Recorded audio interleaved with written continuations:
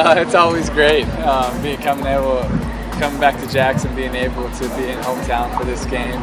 That's something that's been a part of my family's life for a long time. My mom and dad's first date was to the Florida-Georgia game, so we've been coming for a long time. We love this game, and it was a big part of my life in college, and I think it'll be a big part of my life for a long time to come as well. What is your best memory out of this game? Is there one play, one sequence? So many plays and moments and that were special. Driving over that bridge and seeing a million people that are partying, it's kind of crazy.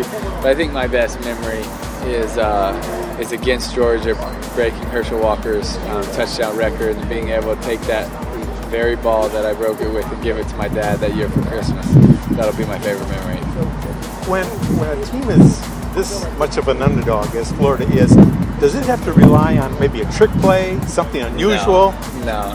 They got to rely on trying to make it a brawl and turning this thing into a fight. And you got to remember, Florida's still a talented team. Yep. Not necessarily always looks like a good team, but a talented team, and they're very physical. And so you want to turn it into a fight like so many of these games have been before.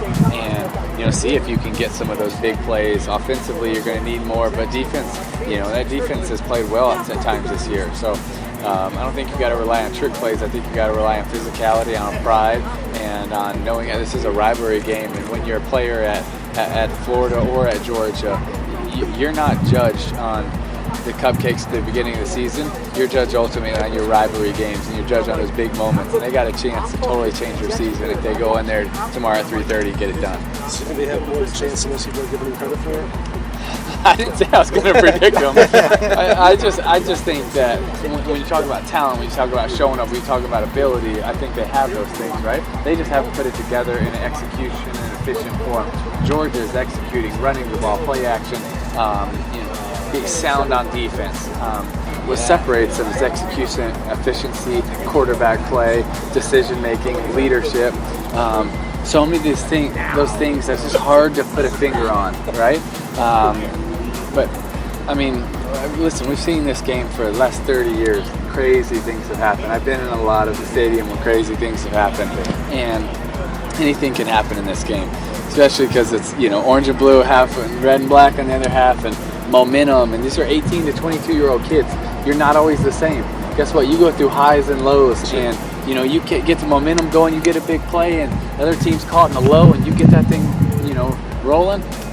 Big things can happen. And so I think that's what Florida needs to focus on, is getting that mode, getting fired up, playing with passion, excitement, and trying to let that kind of carry them through. Are you surprised they've stuck with 3-play instead to this point?